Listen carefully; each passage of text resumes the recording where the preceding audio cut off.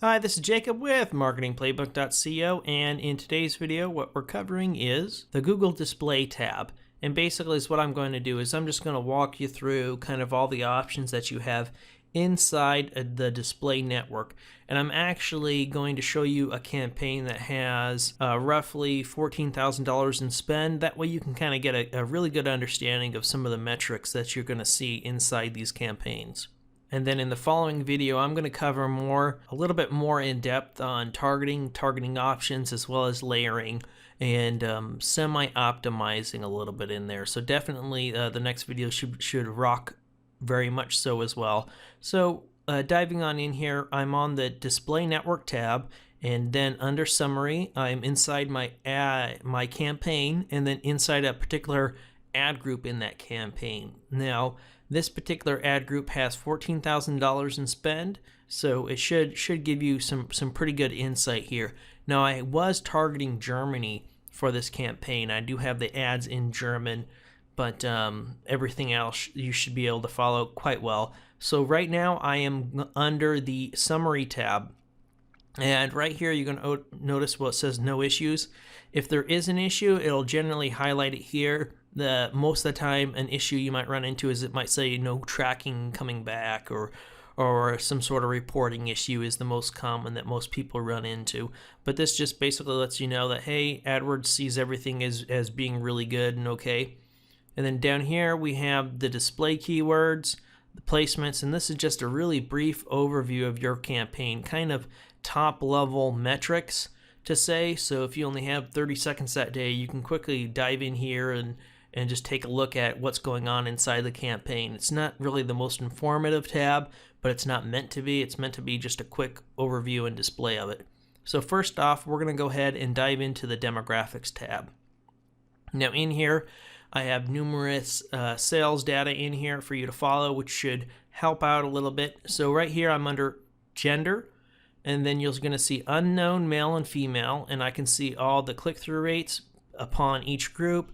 I can see my average CPC, the cost of each, my converted clicks, the cost for converted click, my conversion rate, as well as my conversions.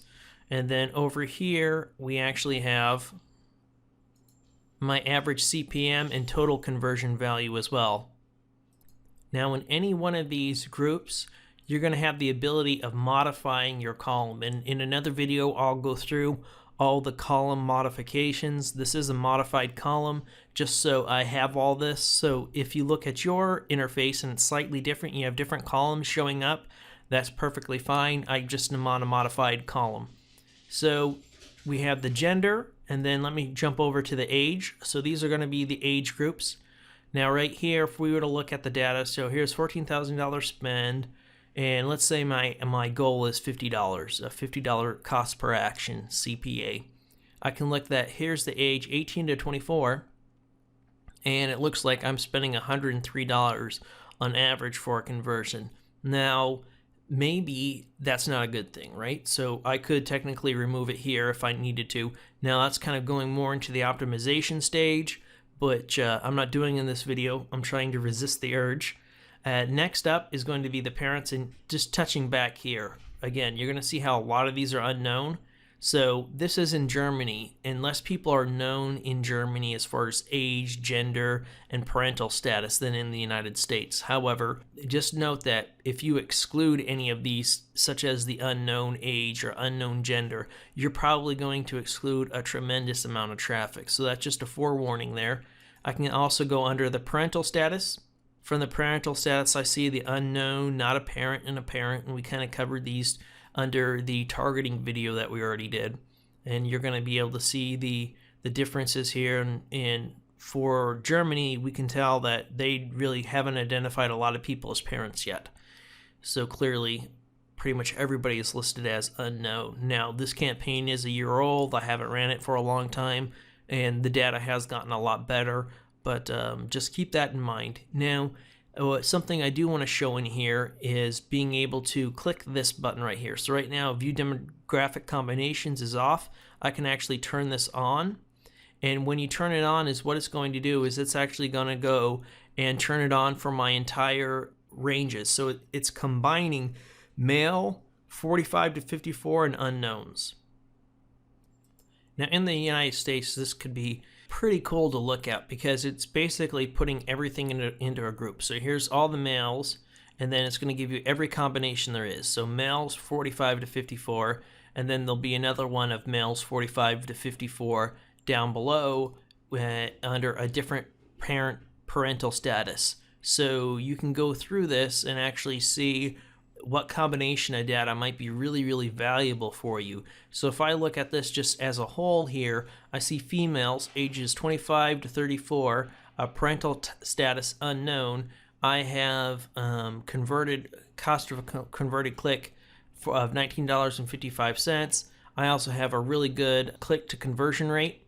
So this is fantastic. So I might want to even possibly segment out and create a new ad copy around this particular group and see if I can't possibly gain more traffic by just creating an ad group just for this. Again, I'm going into optimizing. I apologize. So next up, we're going to take a step back. And if I was not inside the data here, let me go under general. So I took a step back, and I actually just went inside my AdWords campaign itself. And right now I'm on ad group view. What I could do is I could switch this over to campaign view. And when it's on campaign view, let's say I have 20 different ad groups inside my campaign. Well, some ad groups might be performing far differently with certain types of demographic data or placement data. And so what I can do with this with the campaign view is I can easily sort based upon the campaign and not the ad group. Again, I'm not in my ad group currently. I'm looking at it on a campaign view. So all the ad groups put together have equaled this data right here. And so we're going to see that here's my unknown costs and the click-through costs. If I go over to age, I'll be able to get the age data across the entire campaign, not just the ad group. If I go back over to parental status, I can see the data here in parental status. And then I can also go and I can turn this on with the campaign view. So before it was females ages 25 to 34 that was the winner, right? Well, if I go here and now it's 2744. So with 22 conversions instead of 10. So looking at it via the campaign level instead of the ad group level can give you far more insight into saying, well, you know what, maybe that is the target group I want to target, maybe it isn't. Because if I look at this one right here, this for my whole entire campaign looks to have a lot more volume. And it's males between 55 and 64 with unknown parent status. I've had a lot more volume as far as conversions, and that's a really solid conversion rate for my being under $50. So I'd probably make more money trying to focus on this type of conversion. So it's just different ways of looking at the data via the campaign or on the ad group level. The next tab that we have is going to be interest and remarketing. So this is if you have interest in remarketing set up. You're going to see numerous tabs here that will have your audience listed here, and you're going to be able to go in and actually look at that based upon interest and remarketing. Now, I don't have interest in remarketing set up for this, so that might be remarketing campaigns. It also might be affinity groups and in-market audiences. Those aren't set up on this campaign, but if they were, they'd be segmented out here, and I could view that data. Next, we're going to go ahead and look at topics. And here I am using topics. So this was antivirus software that I was promoting, and it does look like for a time, short time, mind you, I was targeting antivirus and malware topic pages. If there are multiple pages that I was targeting, multiple topics, I should say, this would show up here as well. So I can kind of help to optimize based off of that. Then we have placements. And so with placements, so these are some of the placements that I've spent quite a bit of money on. So we'll say chip.de, I spent $8,000 on. I've had 210 conversions at $39 a conversion. So looking at this data, I can go through and you're going to see, well, here's some campaigns that I excluded. So I went in here and basically excluded some of the ones that weren't as profitable. And I'll go more into that in the optimization video, but this allows you to view the actual websites where your ad is showing on. And so that's under the placements tab, which is really powerful. And another thing that you're going to be able to do is actually click this button that says See Details, and then click All. And keep in mind, I'm inside one particular ad group of that campaign. If I was just in the campaign and looking at it, I might see a lot of duplicates here. So I usually go in and look at it both at the campaign level, but also at the ad group level, because the ad group level is where I generally do most of my optimization.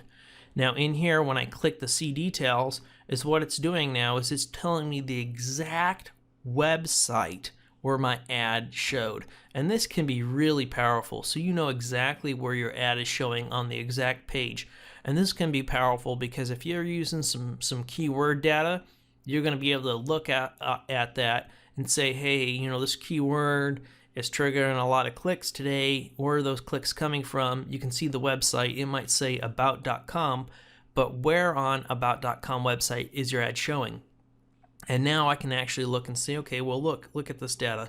These are the exact pages where my ad is showing. And then I can go ahead and I can sort by converted clicks and see where the data is at. And it's taken a while to sort, but that's okay. So I do usually sort by the cost, but I can go in and I can see these exact placements that, you know, definitely have made me money. And I'd also be able to exclude out exact URLs in some instances that I don't want my ad to show on. So maybe I want to show on this Trojan or dashboard.de website, but there's some pages that I don't want to be shown on. I'm going to be able to highlight here and exclude some of those placements. And again, I'll go over that more in depth in the optimization video. So that's the placements tab. Now let's go ahead and go over to the display keywords tab. And so here's going to be the actual keywords that I used at the point in time where I was running it. And so you're going to see that I have multiple keywords in here. Now every keyword you enter in is going to be broad. So it's not like bidding on the search end. When you're bidding on keywords on Google GDN, Google Display Side, they're all broad keywords. So these are particular virus threats that people probably were looking at, or pages about those particular virus threats that I was advertising this antivirus software on. And so this is the keywords tab, which you can go through just like you would in AdWords search and pause keywords if need be. But that's where this data is at.